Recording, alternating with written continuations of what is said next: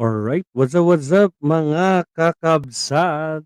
Alright. Happy Tuesday mga kabsat. Today is November 22. Mga kabsat, ako dating press secretary sinibak sa Partido Federal.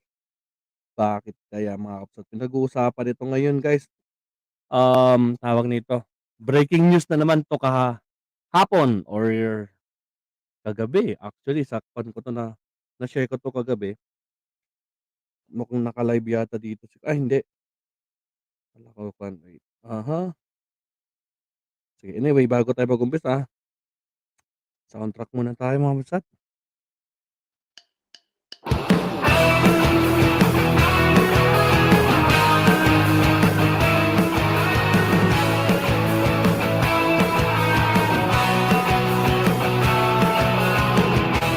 Kay tagal na nating naghintay,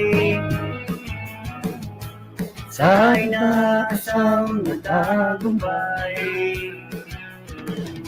Bakas ng kahapon ay lumipas, paghilom na rin sa wakas. Itong tamang panahon upang tayo ay umahon, isang bagong umagang dala-dala pag-asa. Sama-sama tayong babangon muli, pagbigkasin muli ang ating lahi. Wow, may bago dito sa akin May super chat, tapos membership for members only. Okay. May ganun na. Okay. Nagtatanong lahat ng kasagutan, demya na nararanasan, magtulong-tulong upang malunasan. Itong tamang panahon upang tayo ay umahon, isang bagong umagang dala-dala pag-asa. Sama-sama tayong babangon muli, pagbigkasin muli ang ating lahi. Sama-sama tayong babangon muli. Ito na ang sandali.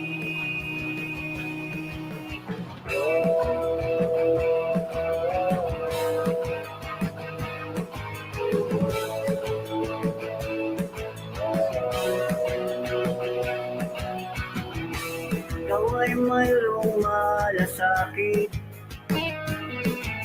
sa bayan nating inibig.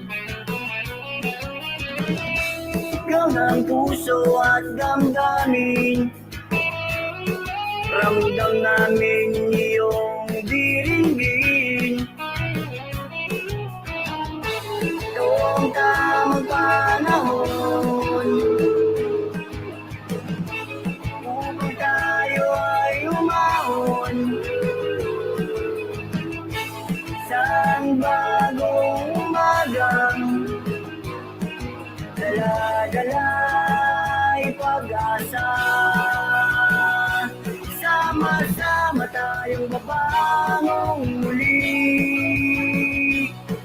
pagbigkasin muli ang ating lahi. Sama-sama tayong babangon muli. Ito na ang sandali, sama-sama tayong babangon muli, pagbigkasin muli ang ating lahi. Sama-sama tayong babangon muli. na ang sandali.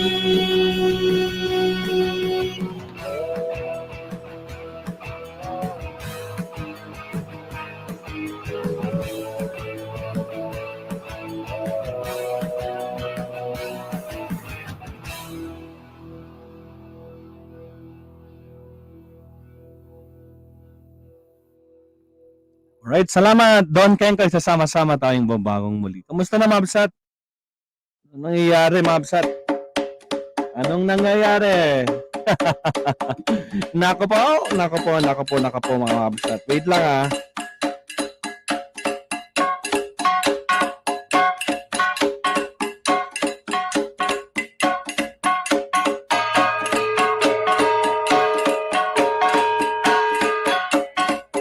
Alright. Good afternoon mga kakabsat. Maestro Paul is back. Ito mga kabsat. Breaking news kahapon to guys no. Kagabi pa to breaking news. Hindi ko lang siningit. Hindi ko na isingit. Pero mga kabsat grabe no. Ano nangyayari pagkatapos ng lahat ng ginawa ni Atty. Vic para sa partido, para kay Pangulong Bongbong Marcos, mukhang ano ba talaga? Sinasadya nga ba talaga o ano ba? Ano sa tingin nyo? Meron tayong poll dyan, Mabsat. Ang tanong lang naman, napakasimple. Agree ba kayo sa pagsibak kay Atty. Vic sa Partido Federal ng Pilipinas or PFP? Oo. Sang-ayon kami. Oo, 12%. Hindi kami sang-ayon. 88%. Mukhang majority. Nakikita pa rin yung effort na ginawa ng ating nag-iisang Vic Rodriguez, mga kakabsat.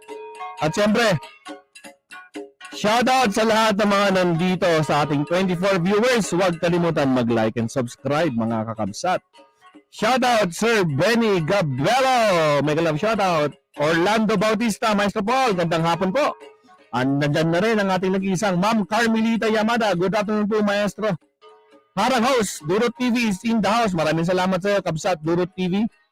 Good afternoon, Maestro Paul from Lynn Garcia. At sa lahat po, anong nangyari doon? Ba't may nag... Okay. Ayan, nagsisilabasan na sa aking notification, mga Kabsat. Ang Vic Rodriguez ngayong araw. Puro Vic Rodriguez nakikita ko sa mga vloggers. Pero anyway, ito nga, pinag-uusapan na natin si Atty. Vic, mga Kabsat. Siyempre, yun nga. Magmula nung kampanya, actually hindi lang ng kampanya ngayon, pati ng previous years na nakasama niya si Pangulong Bongbong Marcos, nakita natin ang effort itong si Atty. Vic. Hindi niya iniwan si Pangulong Bongbong Marcos. Ang tanong, bakit parang kino-connect kay Pangulong Bongbong Marcos? May kinalaman ba o ano? Parang ano mangyayari kaya nito? At ating alamin anong nangyari. Mukhang ang dami na namang galit. Bakit nagsiwalaan kung sino yung matino? Kaya nga MY no, delikado tayo diyan. Naspak, sabi nga nila, di ba? Naspak, sinabi nila si Locado. Ay, wala na naman. Naspak manin. Alright. Sige. Anyway, may kopya tayo ng mga nangyari. 8 pages to mga upset out. Ang dami oh. Umpisahan natin dito. Sino ba mga nagpirma dito? Sabi dito, the Honorable Special Assistant to the President SAP and the Senior Police Officer at the Office of the President OP Malacanang Palace, the current PFP National Treasurer, Antonio Ernesto Anton Florendo Lagdameo Jr. is hereby appointed as the Executive Vice President of the PFP and a member of the Executive Committee. So ordered November 11 pa pala to guys, no? Andyan po si Pangulong Bongbong Marcos Jr. No part, hindi siya pumirma dyan.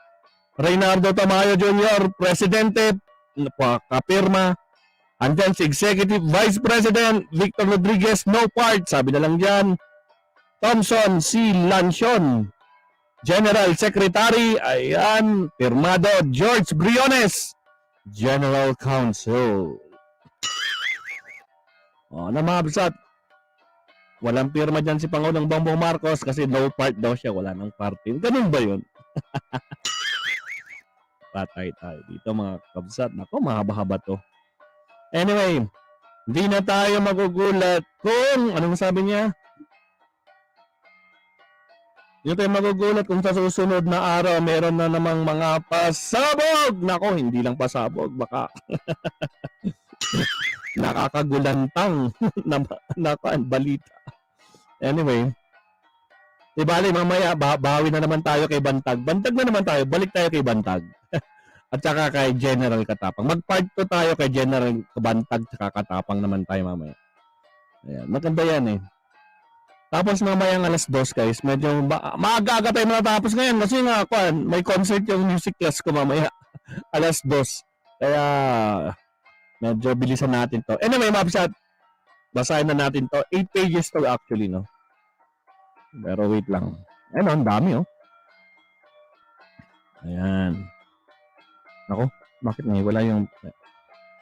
Parang na-jumble bee, ah. Ay, hindi. Tama lang. Okay, sabi dito. Lakihan natin. Ayan. Aba, may case number pa talaga. Partido Federal ng Pilipinas, mga kakabsat. Represent by LEA Dumas PFP Legal Officer Complainant. Ba? May complainant pa talaga. Versus Victor Rodriguez Respondent. Parang kaso lang, no? Decision. Eto na, mga kakabsat. Dali lang. Tanggalin muna natin yan. Yan, para mabasa niyong lahat. Again, shoutout sa ating mga viewers dyan, guys. Again, huwag kalimutan mag-like and subscribe kay Maestro po. Salamat, mga kabsat. Decision for resolution is verified complaint. Affidavit filed by senior and well-regarded officer of Partido Federal ng Pilipinas PFP from the BARM, namely PFP BARM Regional Chairman Jamal Bong Anin, PFP BARM Regional President Al Rahish M. Sakalalahul and PFP BARM Regional Executive Vice President Edifar Papay Lagdahali. Collectively complaints. Ayan. The complaints affidavit accuses, ito na guys, accuses PFP National Executive Vice President Victor D. Rodriguez of loss of trust, wala nang tiwala mga kabsat, and confidence, disloyalty daw mga kabsat. Akalain mo, pagkatapos ng ilang taon, disloyalty and act inimical to the party and prayed for his expulsion or resignation from the party in view of this massive accusation against him as published on radio, television, and other media outlets and almost all newspaper nationwide. Naka, na-stock manan. Shoutout Ma'am Tessie Rubes. Ayun, maraming salamat. Sa mga hindi pa nag-like and subscribe dyan, baka naman mga kakabsat. Ayan eh. Sayang si Bantag, si Atty. Trixie ngayon, at si Atty. Vic. Ayun eh, sinayang lahat. Tayo daw tayo dyan. Naku po, yung pinalit, ang dami namang sablay, kakumbisa pa lang. Naspak. In memorandum dated 10 October or the 10th October of 2022, the Office of the PFP or Partido Federal ng Pilipinas National Legal Officer served a copy of the complaint affidavit to the respondents via registered mail on October 15, 2022. The respondent was given 48 hours to answer the complaint affidavit, after which the same will be referred to the PFP Arbitration and Executive Committee for resolution. PFP party members and independent counsels were also requested to further investigate and make an appropriate recommendations upon the direction of the committee, and the memorandum with the attached complaint affidavit was again served through the LBC Express on November 4, 2022. LBC Express confirmed that the respondents received the documents on the same date to the date. PFP has not received an answer or any communications from the respondent. The respondent was then declared in default. Last pack, nako, hindi daw naman pa, walang respond daw. The complaint affidavit was delivered upon the committee, which was resolved to decide the case on the basis of complaint. Meron pa. Complaint affidavit and the recommendation of the select PFP party members and independent councils are after receiving no answer from the respondent. The memorandum dated October 10, 2022 reads as follows. Memorandum 4. Attorney Vic Rodriguez, Office of the PFP National Legal Officer, complaint of disciplinary action. October 10, 2022. Sir, ito yung sulat ata. Sir, this office received a verified complaint for disciplinary action against you by some PFP officer of the Bangsamoro Autonomous Region of Muslim Mindanao or BARM alleging therein violations of PFP rules as party disloyalty and act of inimical of the party as part of the due process clause and by way of giving you the opportunity to change charges against you, you are hereby requested to answer the same without 48 hours from the receipt thereof. It is understood that with or without your answer and after above the stated period, the BARM complaint will be referred to the PFP Arbitration and Executive Committee for resolution. Anong tanong, ano kayong resolution yan? Please be guided accordingly. Signed by LED Dumas ESQ. On the other hand, the complaint affidavit referred as state as follow. Complaint affidavit, we, Jamal Bong, Amin. Ito yung mga pangalan ng mga mga officers din nila itong mga to. Resident of Isabela City, Basilan. Residents of Banglao, Tawi-Tawi of all legal age, respectively being duly sworn in accordance with the law, do hereby depose and state that we are filing a complaint for disciplinary action against Attorney Vic Rodriguez, PFP Executive Vice President for party disloyalty and act of inimical to the party under. Oops, next. Nabitin tayo doon. Okay, let na tayo. Bakit section 5 kagad? Tama ba? O na-jumble B lang? Mukhang na-jumble B to. Wait lang. Anyway, sabi dito.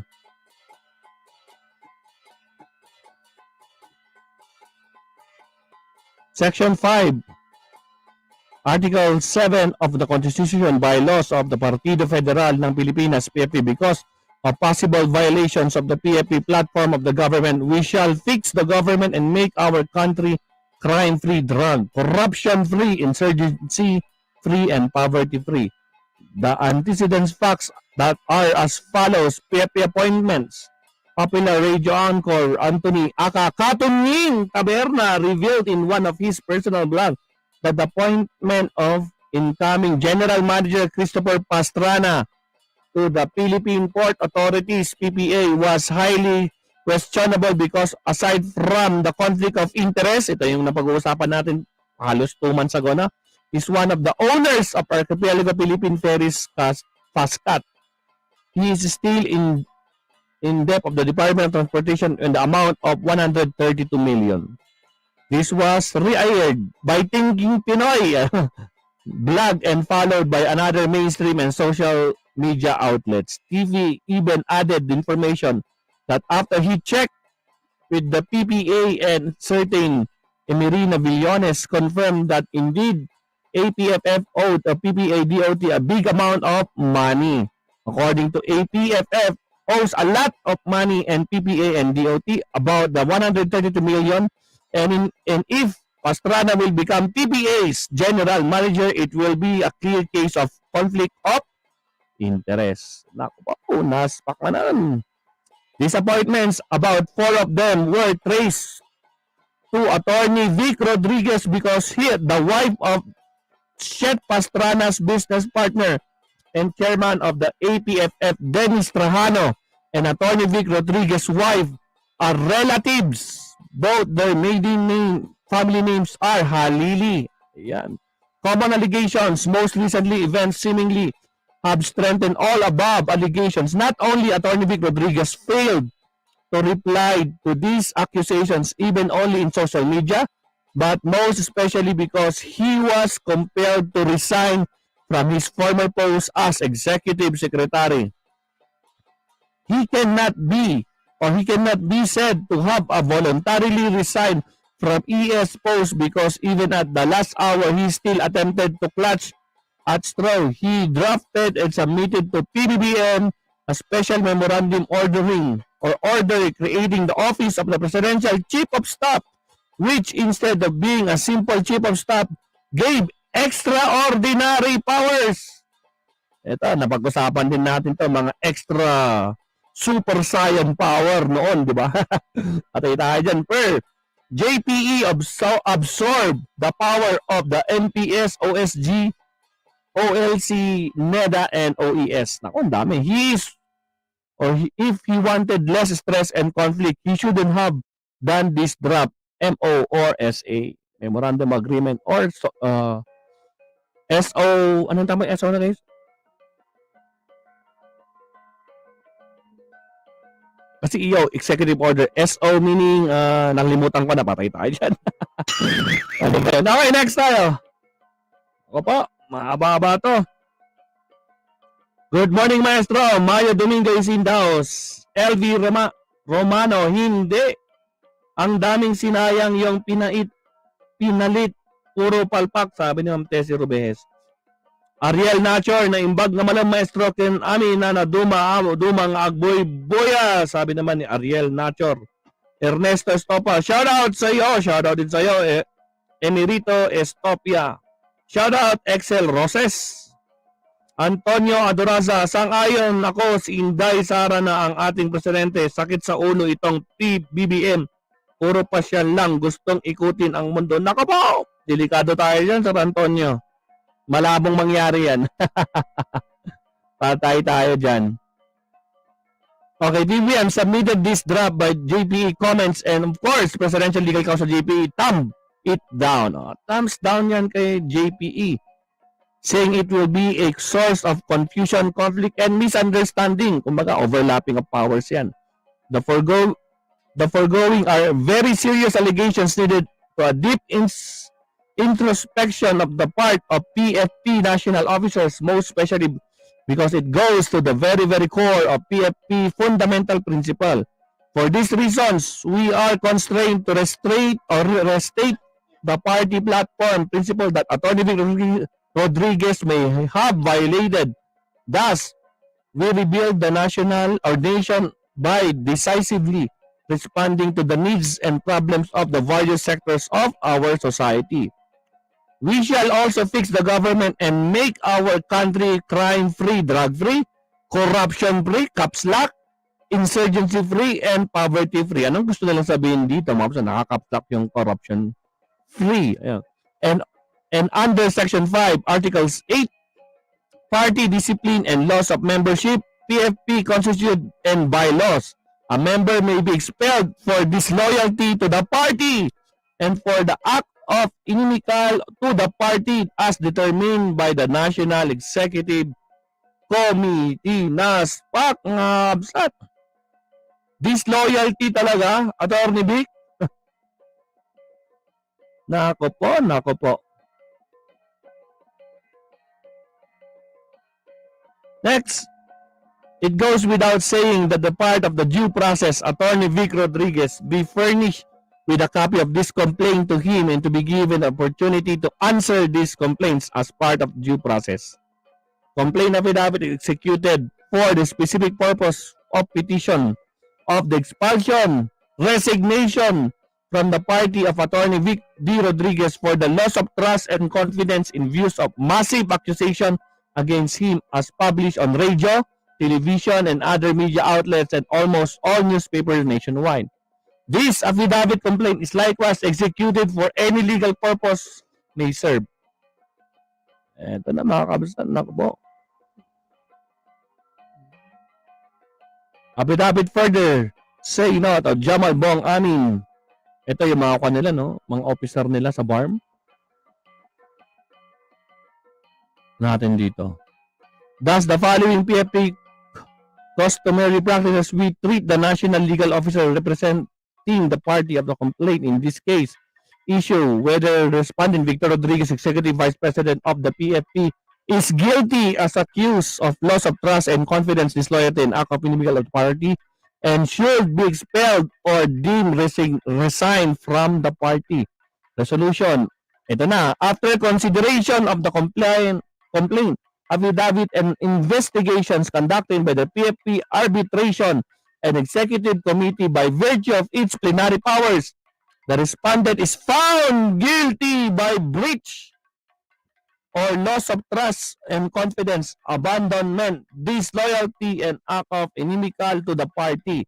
Section 3 of PFP Resolution Number 1, Series of 2021 provides resolved that the Executive Committee composed of the Chairman, President, Executive Vice President, Secretary General, and General Counsel is given plenary powers to reorganize the party and discipline its member, including imposing of penalty F expulsions for the act of disloyalty and insubordination among others. Nako po mga kabsat. Bakit si Atty. Vic sinibak nila? Bakit si Boying hindi naman? Nako ma, magkaiba yun. Magkaibang sangay ng kuwan yun. Pag PFP kuwan po yan, private yan. Nako po, malabo. Top 1 is the voice of the truth. Views his vlogs. Nako po. O sige, manood na kayo kay Top 1. Jay, totoo yan. Kahit ako nanonood kay Top 1. Sabi ni Ma'am Betty Bush. Ayan. Si Top 1, talagang kwan yan. Todo support yan kay Rimulya. Wala tayong magagawa yan. Kanya-kanyang choice po yan kung sino po talaga yung nakikita niya. Basta tayo, kung ano yung nakikita natin, doon tayo. Hindi tayo nabubulag-bulagan. Alright. Bakit si Atty. Vic? Ayun, naulit. Ayan. Okay, we're good. In case of Atienza versus Comelec GR, February 16, 2010, the Supreme Court held the political party is a private entity. Ito, kasasabi ko lang kanina, private, and disciplined by political party and members of its internal matters in the exercise of which the party is not bound to observe the requirements of the administrative due process required by the government entities. Ayan. But the requirements of the administrative due process do not apply to internal affairs of political parties. And tama naman to, no? Ito yung sinasabi ko rin kanina. Na yung pagsibak dito, siyempre private kasi ito, private entity. Private kumbaga partido. It's not attached to the government. Unlike yung sinasabi nyo kay Rimulya, ay yun talaga. DOJ yun eh. Anyway, parang nawala yung sounds natin. Dali nga lang. Ay, natapos na. Natapos na pala eh. Okay. So, good tayo. Next. Ako, mahaba na naman to. Pang ilan na to? 1, 2, 3, 4, 4 pa. Nako. Matay tayo. 1, 2, 3, 4. Ang dami pa nito, mga kabsat. Kakayanin ba natin to? Again guys, meron tayong poll dyan, no? Shoutout sa inyong lahat guys. Sa mga di pa po nagla-like and subscribe, baka naman mga kabsat. Okay. Then balikan ang ating agree ba kayo sa pagsibak kay Atty. Vic sa PFP? Ang sumagot ng oo, 21%. Ano sabing hindi kami pabor sa pagsibak sa kanya? 79%. Nako po, bakit kaya? Majority pa rin mga kabsat. Sa mga di pa nag-vote dyan, baka naman. Sabi ni ano na nangyari sa kaso ni Lapid? Ang kayo nang nararating napunta na sa kabayo, ahas, manok, kambing, iskuba. Hay nako, Rimulya, katapang. Ang daming focus. Muna kayo kay Percy Lapid. Sino ba talagang mastermind? Alamin mo. Patay tayo dyan. Kumbaga nagkaroon na talaga ng ano na exact term ni attorney kanina? Conspiracy theory. Diba? Anyway, yun yung isa sa mga topic. Kaya nga balik tayo. Focus muna tayo dito kay Vic Rodriguez. Saka na yung kay kay Bantag, saka kay Percy Lapid, saka kung sino-sino man dyan. Alright! Tuloy tayo, mabsat. Nako, sige, tuloy natin to para matapos tayo. Okay, dito. The party is thus equipped with motu proprio or plenary powers of both under the Constitution and bylaws to discipline its member without the strict observance of the due process. Siyempre, kung kanino ka naka-member, sila talaga magbibigay sa iyo ng due process. Wala nang kinalaman ng gobyerno diyan. Let it not be said, however, that respondents was denied the opportunity to be heard. He was given a memorandum with an attached copy of complaints affidavit, but it appears by all indications that he had chosen to ignore it. Ako, inignore ni Secretary. Just as he had ignored many other accusations against him. The committee, however, proceeded not only to consider the complaint affidavit, which is found sufficient in form and substance, but also proceeded to consult member and independent counsels for the chance that there might be a case for the retention of the PFP of respondent. First, with respect to appointments, the committee will address the elephant in the room. Early in the transition of administration, respondents played a crucial role of submitting recommendations for government positions requiring presidential appointment. There had been reports both among PFP members and non-members that respondents had treated with extreme discriminations and blocked all applications for appointments that PFP members submitted to his office. Nako po. Meron pang kato dito, guys. The committee was able to confirm these reports. The committee has determined this is to be fact. It is its knowledge no PFP members who submitted an application for appointment from the national level down to the regional level was ever appointed. Instead, during the respondents' watch, PFP members helplessly observed, most in silence and submission, as personnel less disqualified than them, known to be corrupt with the shady reputations or bad track record in previous administration, and supporters of the first runner-up candidate, now called the turncoats by their very own former comrade of the other side of the aisle, were appointed and reappointed to sensitive national and regional position. Nako po, ito nga. The appointments referred by the complainants comprise only a few examples of a lot, but PFP kept its counsel on its basic principles that the appointment mentions are sole and exclusively prerogative of the President, and respondents enjoyed the President's trust. Also, no invitation to the PFP to send its known leaders to attend the inauguration of the President and the first State of the Nation address ever came from the respondents. Thus, PFP was not able to honor the Presidents by sending a representative nationwide to attend the mentioned events. And who did respondents invite to inaugural of the President? A certain vlogger named Marlica. Ay, ano kayo? Si Madam Marlica, mapapasati ka lang. And who did respondents invite to the inaugural of the President? Of course, si Madam Marlica, who unfortunately later turned against the First Lady and started calling her name. Aba! Ay! Kayo lang nag-iisip na yung binabanggit ni Marlica si First Lady. Nako po. After assuming office of the Executive Secretary, no communications to the PFP ever came from the respondents despite being welcomed with the open arms by the party and adopted the flight of the PFP in the trenches during number 6 na tayo. Nako. Lang. 7. Ayan. During taas tayo ng konti mga absat. During and ensure that tumultuous days before the campaign officially started and the victory was only a dream. Nako po. The respondents after the win was achieved and after the secured his holy grail, the position in high title executive secretary or little president now treated the party like a leper. Patay tayo. Done. The committee places the responsibility of the foregoing acts of the ingratitude, disloyalty, abandonment squarely upon the respondents. He is the first person who put so much shame upon the PFP and its members, but the PFP, despite its humble beginning and these setbacks, is bigger than any one member, no matter how important or exalted he feels. He is the PFP. No matter how small or unknown, it is self-respect. Ayun lang. Ito yung tinutukoy nila mo sa hindi daw na-recognize. Patay tayo dyan.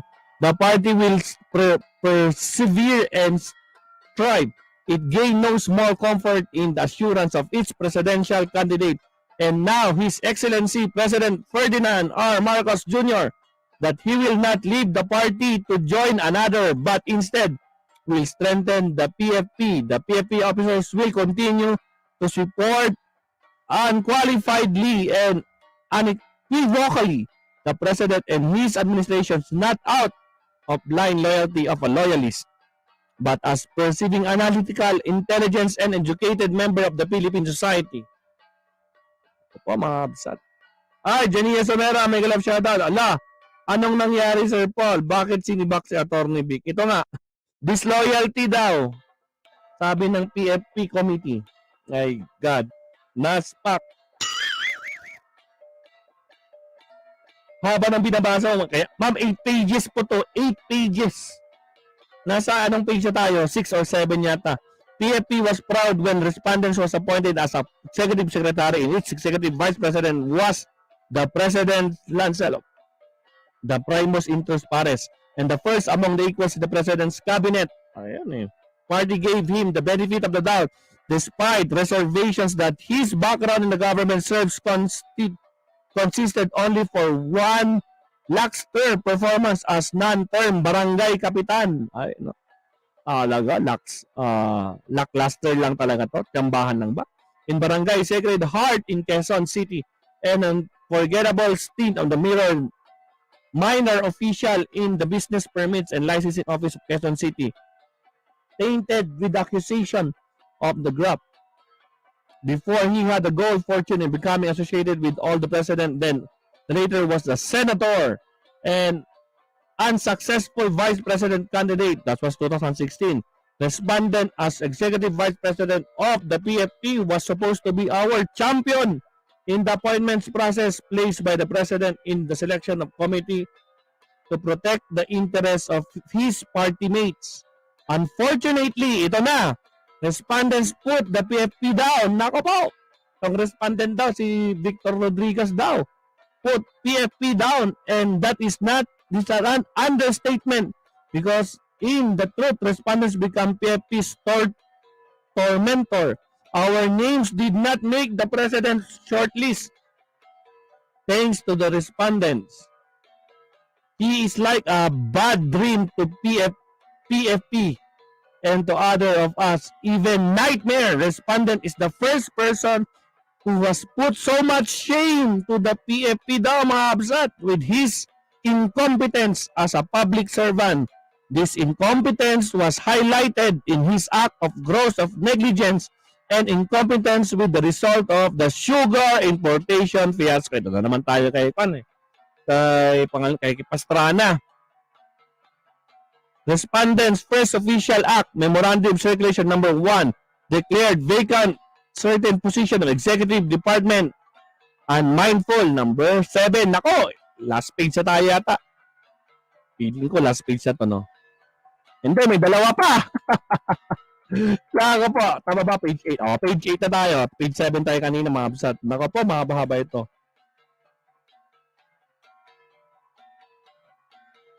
Alright, of the sensitive nature of many such positions on the high side, he was clearly in a rush to put in position his own people. Nako, sino ko itong mga people na to?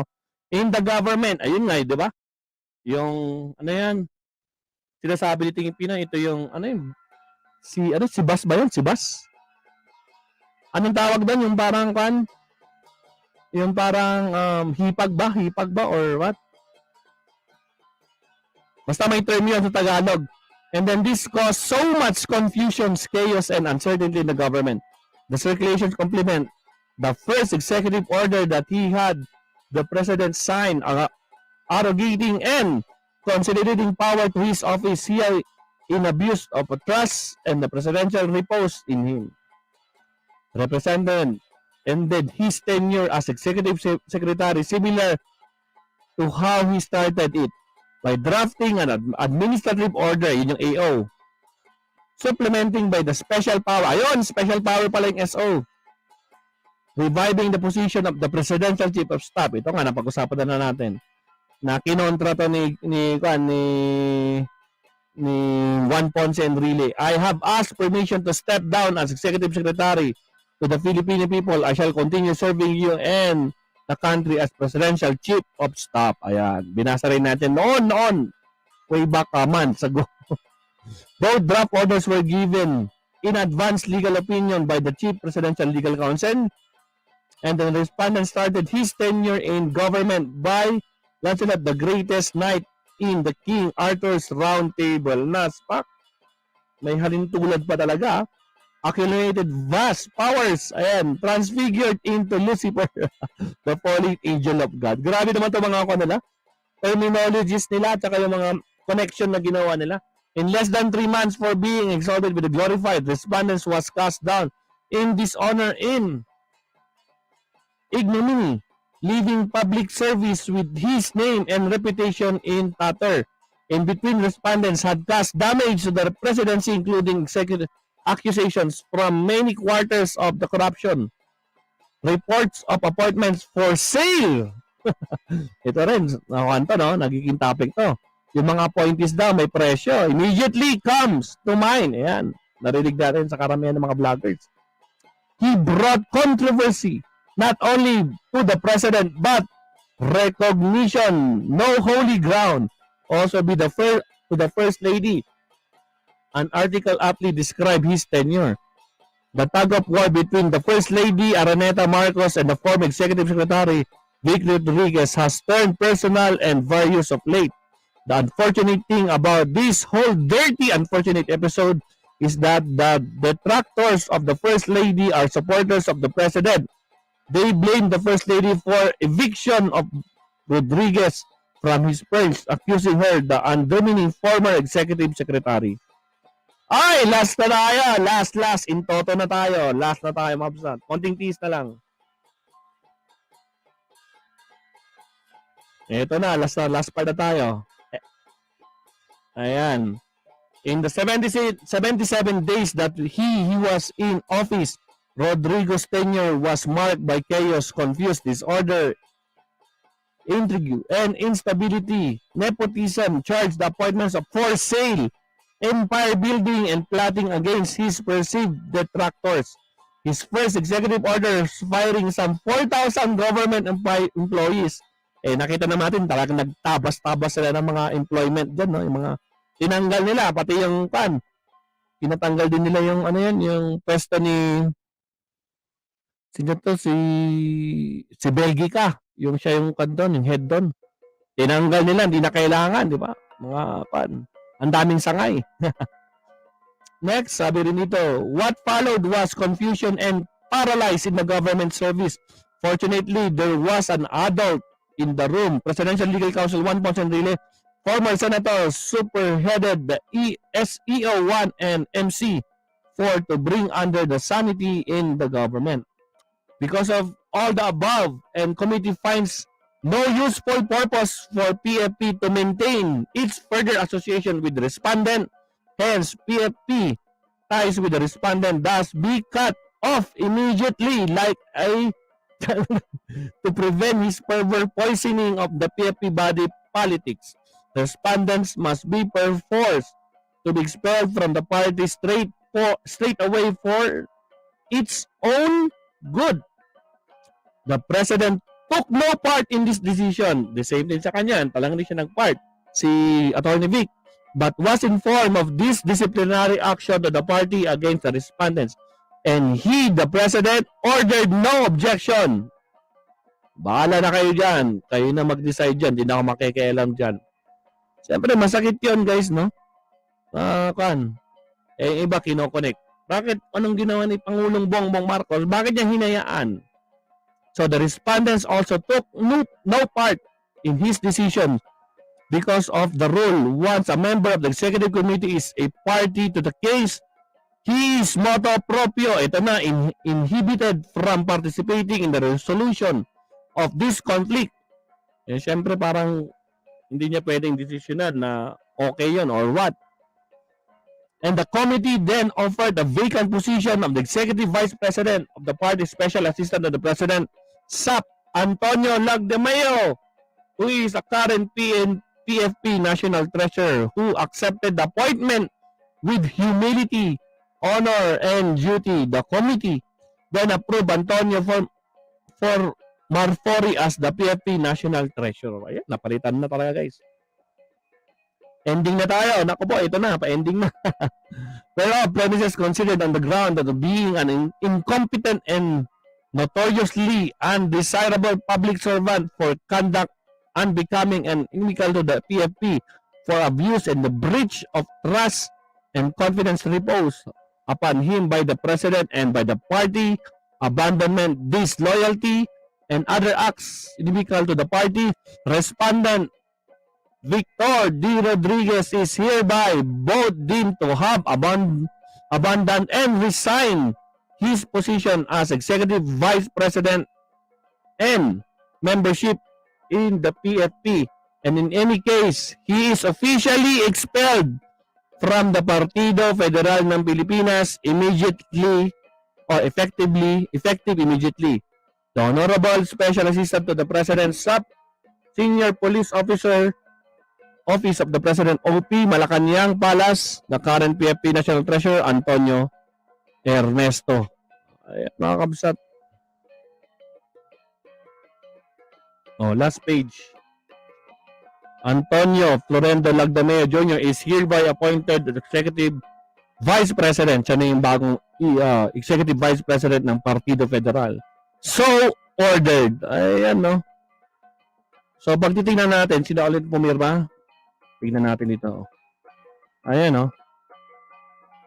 Siyempre, no part ang ating Pangulong Bongbong Marcos. Pirmado po yan ng tatlo, nila Thompson Lancion, Secretary General, George Briones, General Counsel, at siyempre ni Reynaldo Tamayo. Ayan. So, ano masasabi nyo mga kabsat? Disloyalty daw ang ating nag-iisang Vic Rodriguez, mga kabsat. Balikan lang natin yung poll natin. Refresh ko lang saglit. Time check, 1:51. Nako po, malapit na mag-start yung show ng aking klase mga kapsat, alas 2. Dapat sagutin lahat ni Ma'am Rowena, hindi na kailangan, tapos na, meron ng order. Too late na kung masasagot pa man din siya.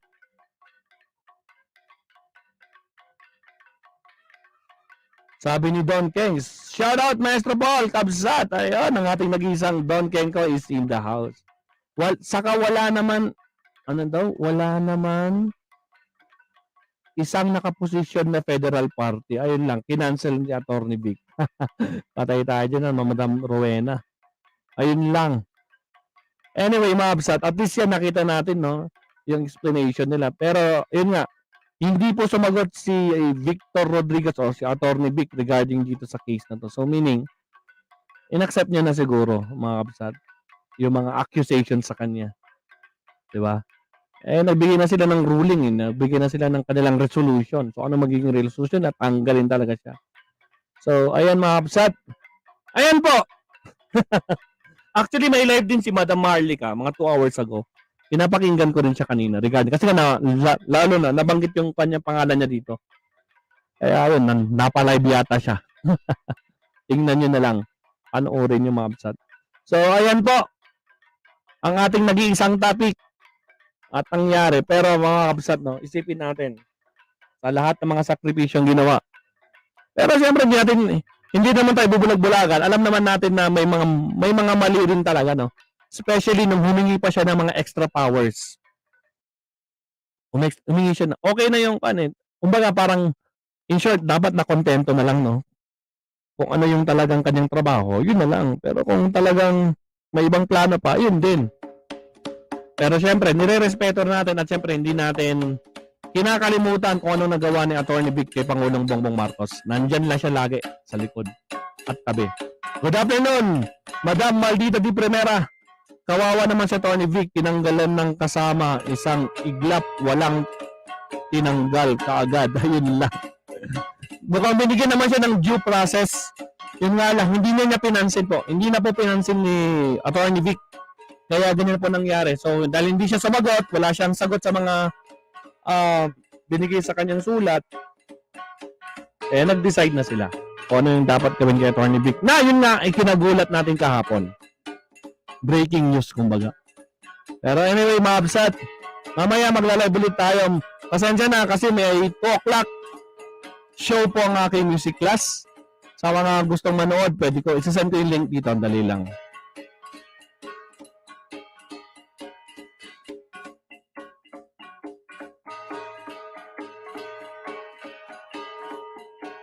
Actually, mag-start to ng alas 2, guys. No? So, 6 minutes mag-umpisa na. Isasend ko yung link dito. 5 minutes mag-start na yung concert ng music class ko. Send ko. Hindi ko siya pwedeng i-con dito kasi maraming copyright to eh. Siya matatamaan yung ating channel kapag i-con ko lang dito. Yan. I-flex ko lang. Ayan po.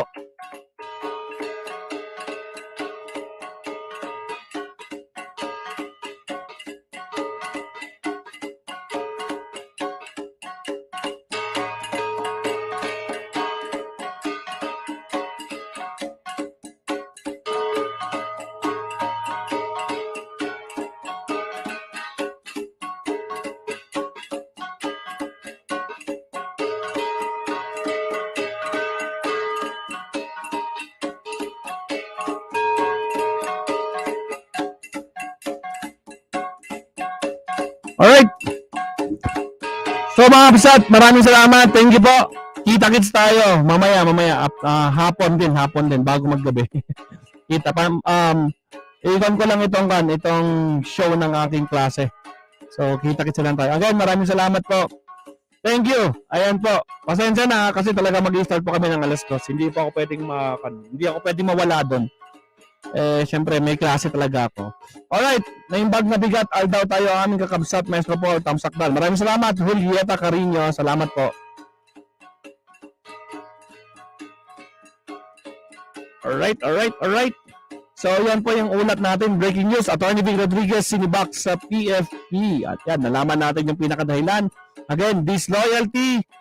At kung ano-ano pa mga economic sa ating kan. Pinabayaan daw ni Atty. Vic ang Partido Federal Pilipinas.